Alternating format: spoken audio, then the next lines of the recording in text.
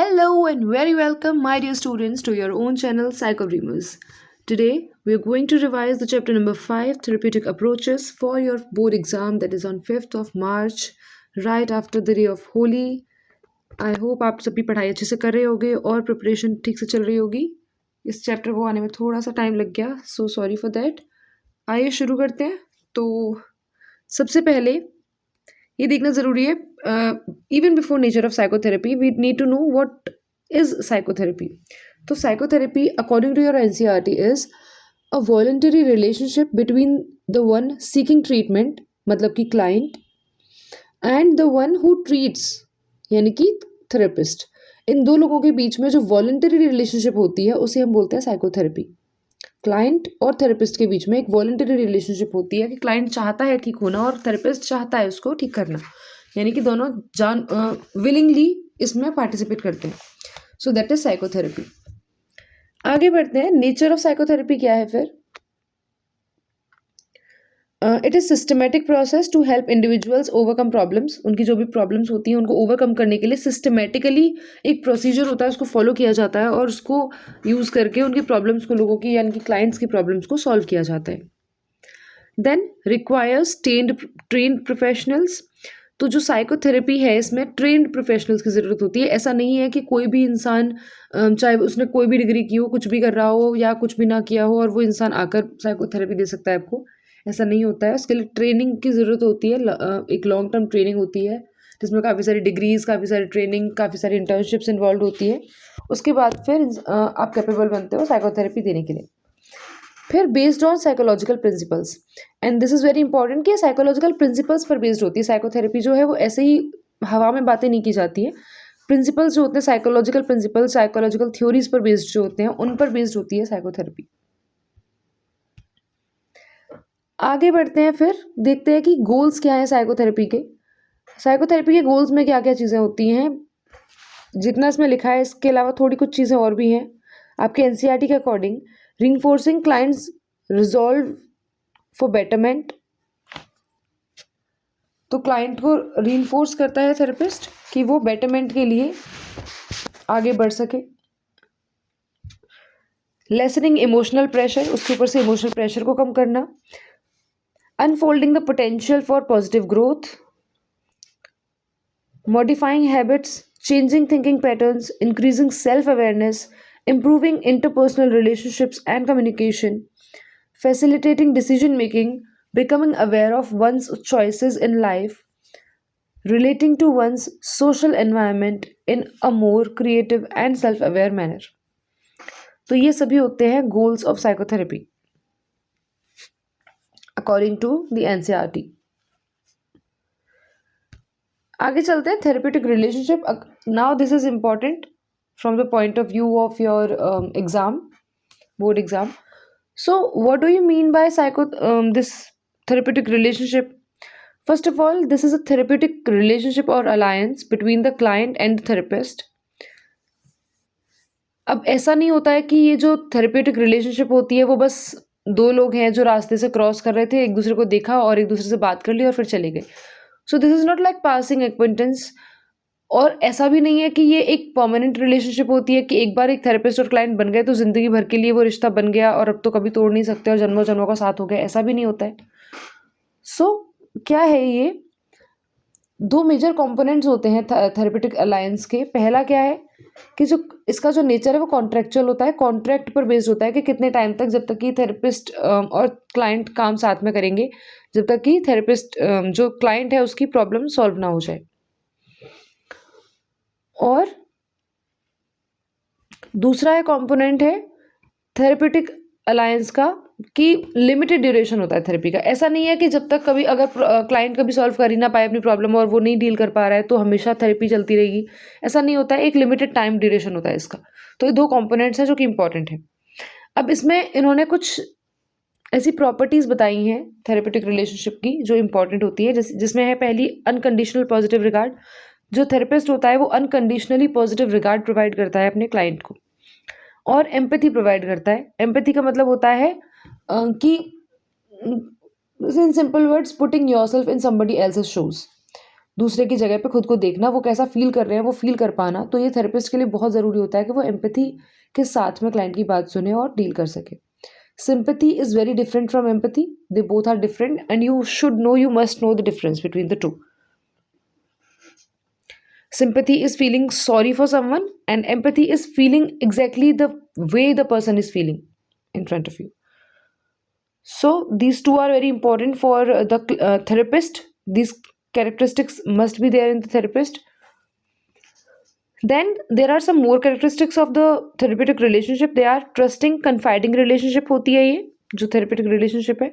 Then confidentiality बहुत ज़्यादा matter करती है कि जो भी क्लाइंट ने अपने थेरेपिस्ट को बताई हैं अपनी सारी चीज़ें, अपनी वल्नरेबिलिटीज़ के बारे में, जो ओपन अप हुआ है वो इंसान, तो वो सारी चीज़ें एकदम कॉन्फिडेंशियल रहनी चाहिए। कुछ भी किसी भी पर्पस के लिए जो थेरेपिस्ट है वो यूज़ नहीं कर सकता है आगे उसकी इन्फॉर्मेशन को without his or her consent.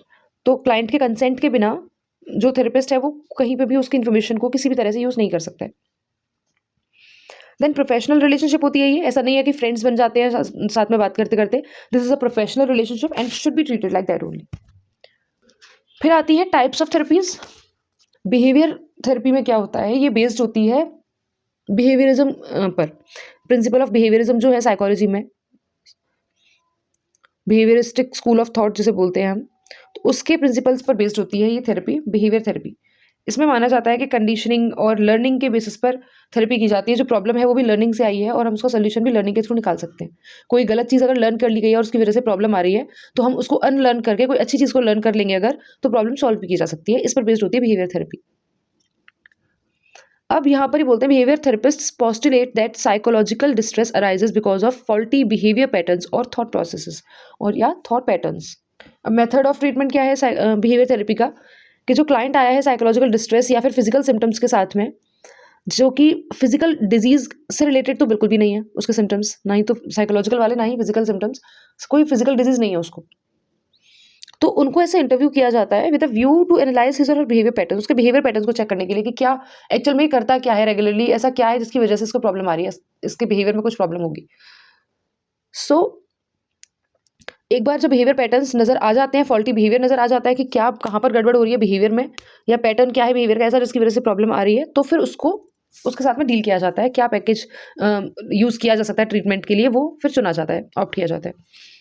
और जो थेरेपिस्ट है वो कैसे करता है, ये एंटीसीडेंट और कॉन्सिक्वेंट ऑपरेशंस को सिलेक्ट करता है कि अभी एक्चुअल में हुआ क्या था, क्यों प्रॉब्लम अराइज हुई थी और क्या हमें कॉन्सिक्वेंस या फिर क्या हमें रिजल्ट चाहिए, तो उसके अकॉर्डिंग हम अपना ट्रीटमेंट प्लान फिर चुनते हैं। अब टेक्निक्स है कुछ बिहेवियर थेरेपीज में। पहली है नेगेटिव रीइंफोर्समेंट। नेगेटिव रीइंफोर्समेंट क्या है, responses that lead organisms to get rid of painful stimuli और avoid and escape from them provide negative reinforcement.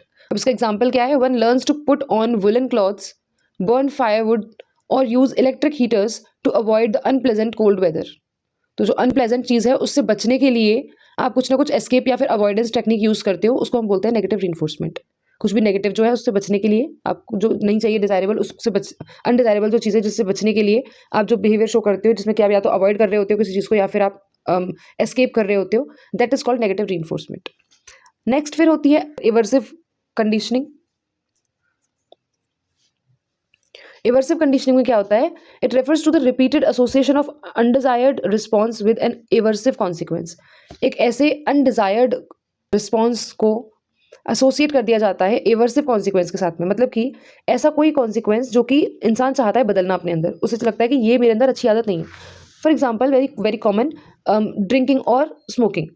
तो स्मोकिंग का एग्जाम्पल लेते हैं कि कोई इंसान है जिसे स्मोकिंग करने का बहुत ज़्यादा उसे आदत पड़ चुकी है, एडिक्शन हो गया है, लेकिन वो चाहता है कि वो उसे छोड़ दे, वो नहीं चाहता कि वो कंटिन्यू करे इस चीज़ को, तो उसके लिए वो अनडिजायरेबल एक आदत बन गई है, एडिक्शन बन गई है, लेकिन वो उससे बचना चाहता है, तो ये अनडिजायरेबल है उसके लिए। तो अब इस कंडीशन को कि उसकी जो स्मोकिंग की जो आदत है, जो एडिक्शन है उसका, कि जब वो स्मोकिंग करता है तो जो उसको सुकून मिलता है, जो भी उसको रिलीफ मिलता है, अच्छा लगता है स्मोकिंग करके, तो उस प्लेजर को बदल दिया जाए किसी एवर्सिव कॉन्सिक्वेंस के साथ में। वो स्मोकिंग करना शुरू करेगा, उसको शौक दे दिया जाएगा या फिर कोई बैड स्मेल दे दी जाएगी, तो वो जो इतना ज़्यादा एवर्सिव होगा वो कॉन्सिक्वेंस कि वो उसको झेल नहीं पाएगा, और फिर वो जिस वजह से आ रहा है, यानी कि स्मोकिंग की वजह से आ रहा है, हर बार जब स्मोक करता है तो उसको वो झेलना पड़ता है, इसलिए वो स्मोकिंग ही बंद कर देगा।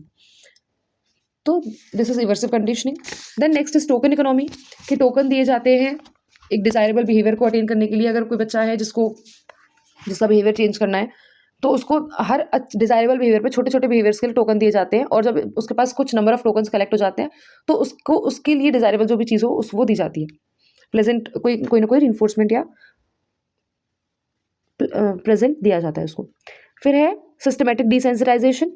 सिस्टमेटिक डिसेंसिटाइजेशन में क्या होता है, ये एक टेक्निक है जो कि इंट्रोड्यूस सिस्टमेटिक डिसेंसिटाइजेशन में क्या होता है, ये एक टेक्निक है जो कि फोबियाज और इरेशनल फियर्स, फोबियाज यानी कि इरेशनल फियर जो है उनको ट्रीट करने के लिए बेसिकली यूज़ की जाती है सिस्टमेटिक डिसेंसिटाइजेशन। अब देखो इसमें क्या किया जाता है सिस्टमेटिक डिसेंसिटाइजेशन में, पहले तो ये चेक किया जाता है कि उसको जो फियर या फोबिया है क्लाइंट को वो किस लेवल का है। सपोज किसी इंसान को कॉकरोच से डर लगता है कॉमन है, बहुत सारे लोगों को लगता है। तो अब उसको कितना डर लगता है इसे ये देखने के लिए पहले उसको दूर से एक बड़ी स्क्रीन पर बहुत दूर बिठाकर कॉकरोच की पिक्चर्स दिखाई जाएंगी। तो अगर वो देखकर डर जाता है तो पता चलेगा कि उसे बहुत ज़्यादा सीवियर है फोबिया या बहुत ज़्यादा डर लगता है।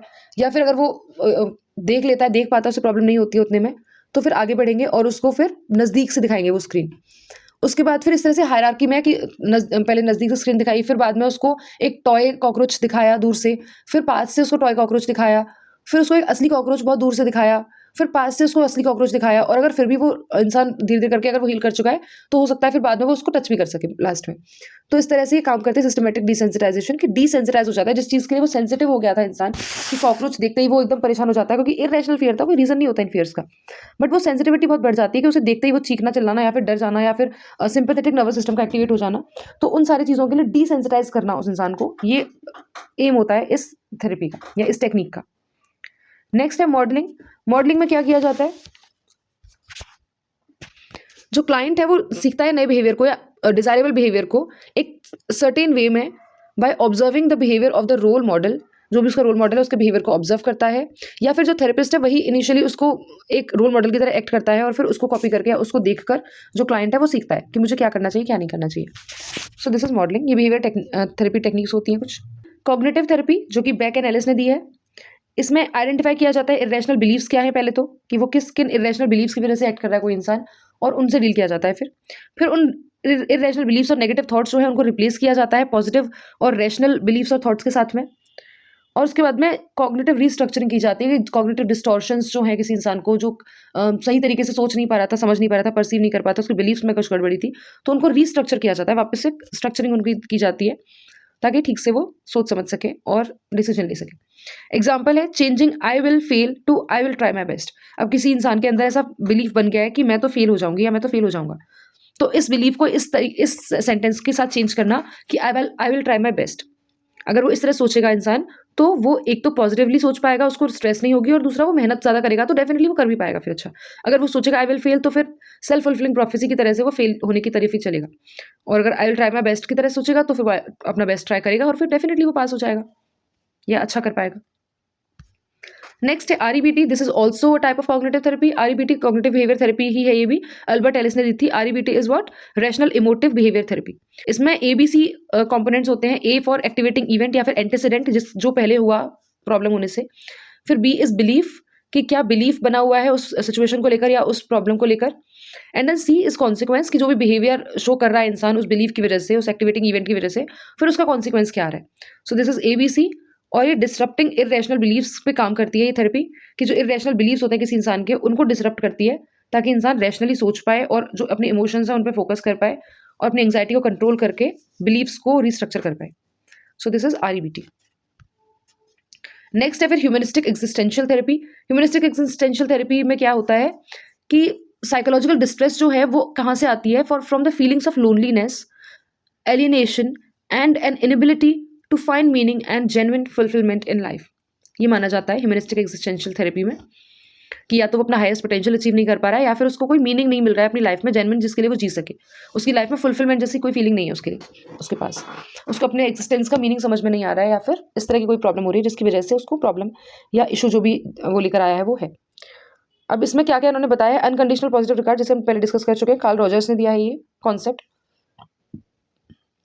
एम्पैथी एंड जेन्युइननेस, ये क्लाइंट को थेरेपिस्ट प्रोवाइड करता है, तीनों चीज़ें, अनकंडीशनल पॉजिटिव रिगार्ड भी, एम्पैथी भी और जेन्युइननेस भी। एंड देन सेल्फ एक्चुअलाइजेशन, ये माना जाता है कि यहाँ पर इंसान अगर सेल्फ एक्चुअलाइजेशन नहीं कर पाता है तो उसको प्रॉब्लम होती है, तो उस इंसान को अगर सेल्फ एक्चुअलाइजेशन की तरफ प्रेरित किया जाए आगे बढ़ाया जाए, मोटिवेट किया जाए, तो उसको उसकी प्रॉब्लम सॉल्व हो सकती है। उसको जो एक्जिस्टेंशियल क्राइसिस या तो हो रहा होगा या फिर वो सेल्फ एक्चुअलाइज़ नहीं कर पा रहा होगा, इसलिए वो परेशान होगा। तो उसको उस डायरेक्शन में अगर आगे बढ़ाया जाएगा, गाइड किया जाएगा, तो वो इंसान प्रॉब्लम से डील कर सकेगा और उससे बाहर आ सकेगा। तो ये थेरेपी इस तरह काम करती है। इसमें एक और नाम है जो है लोगोथेरेपी, जो कि फ्रैंकल ने दी है। उन्होंने ये भी एक एक्जिस्टेंशियल थेरेपी की फॉर्म है, which posits that people experience existential anxieties due to lack of meaning in their lives, and the focus of the therapy is to be in the present and find the meaning. So this is logotherapy. आगे चलते हैं फिर। आगे कुछ alternative therapies दी हुई हैं जो कि ट्रेडिशनल थेरेपीज और ट्रीटमेंट्स से अलग हैं, जिनमें क्या क्या आता है। अष्टांग योग आता है, कुंडलिनी योग आता है, सुदर्शन क्रिया योग आता है। इस पर क्वेश्चन आ चुके हैं। सुदर्शन क्रिया योग पर आपको पता होना चाहिए क्या है ये। सुदर्शन क्रिया योग पर किस तरह क्वेश्चन आए थे कि रैपिड ब्रीदिंग टेक्निक है ये, जो कि हाइपर वेंटिलेशन को इंड्यूस करती है। ये आपको पता होना चाहिए। सुदर्शन क्रिया योग में क्या है, ये है एक रैपिड ब्रीदिंग टेक्निक है और ये हाइपर वेंटिलेशन को इंड्यूस करती है। विपासना यानी कि माइंडफुलनेस बेस्ड मेडिटेशन होती है ये भी एक ऑल्टरनेटिव थेरेपी है। नेक्स्ट आता है rehabilitation of the mentally ill. इसमें सबसे पहले क्या होता है, जो एम होता है रिहेबिलिटेशन का, वो होता है to empower the patient to become a productive member of the society to the extent possible. जितना भी पॉसिबल हो सके वो एक प्रोडक्टिव मेंबर बन सके सोसाइटी का। तो इसमें सबसे पहले होती है occupational therapy, social skills training and vocational therapy. तो ये 3 चीज़ें इसमें होती हैं। पहली ऑक्यूपेशनल जो थेरेपी है उसमें क्या किया जाता है कि पेशेंट्स को सिखाई जाती हैं स्किल्स। कैंडल मेकिंग सिखाई जा सकती है, पेपर बैग मेकिंग सिखाई जाती है, वीविंग सिखाई जाती है, ताकि वो कुछ ना कुछ काम कर सके और एक वर्क डिसिप्लिन उन्हें सिखाया जा सके कि किस तरह से काम होता है। सोशल स्किल्स ट्रेनिंग में क्या होता है, ये हेल्प करती है पेशेंट्स को टू डेवलप इंटरपर्सनल स्किल्स। आपस में एक दूसरे से कैसे बात करनी है, कैसे डील करना है, कैसे अगर बिजनेस जो भी कुछ उनका स्टार्टअप है उसको कैसे आगे बढ़ाना है। तो सोशल स्किल्स सिखाई जाती हैं इसमें। रोल प्ले के थ्रू सिखाया जाता है, इसमें इमिटेशन के थ्रू सिखाया जाता है और इंस्ट्रक्शंस दिए जाते हैं।